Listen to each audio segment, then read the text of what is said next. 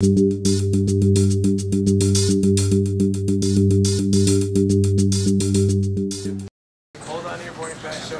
now, because of lack of any other better methods, the public is constrained in how much liquid they can take on board an airplane. One of the challenges for the screening of liquids in an airport is that the traditional methods that people have used for years to secure airports, X-ray, are not particularly well suited for liquids. A technique like magnetic resonance is very well suited for looking at liquids and gels. It's the premier method, for example, for looking at soft tissue in a hospital or medical imaging setting. Just using the NMR signature, we can tell quite a few threats as distinct from our family of benigns.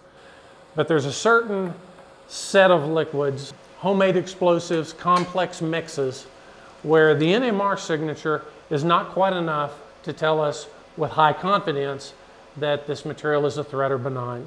With the support of DHS, we began to investigate bringing this magnetic resonance technology, which is incredibly powerful, together with X-ray. And we found that the sum of magnetic resonance and X-ray turned out to be greater than just the constituent parts put together, because new information is unlocked that's not available either to the X-ray or MR alone.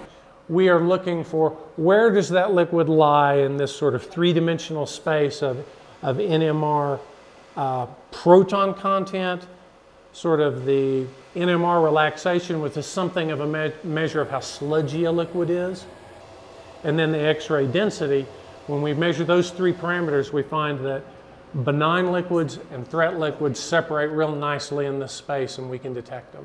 Normally, an experimental system takes a lot of work. A lot of things don't work right to eventually get working. This was very smooth, worked very well. Just the ease with which we got it working was remarkable. I am amazed at how good it works, personally. We've been able to look at a really broad class of explosives. We've been able to look through all kinds of packaging. We've unlocked this new parameter that is based not just on the volume or the density or even the MR properties alone, but this kind of multi-dimensional space that includes this phenomena of actual proton content. Our objective was to come up with a system where, without any intervention by the operator, we could make the decision, say this is a threat liquid or this is a liquid that you can let pass. So for an end user, what we really want to have is something not much more than red light, green light. Either this is bad or you can let this go.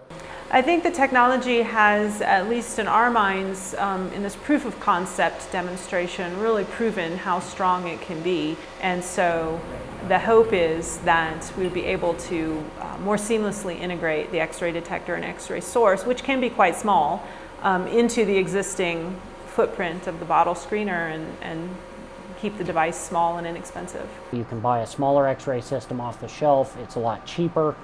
There's not really any question there. But this sort of gives you a feel for, they really don't have to be all that big. Put that inside the box, put the X-ray detector inside the box, and that's really not much more that needs to be done than that to have a scanner that could provide this combined X-ray NMR scanning in an airport.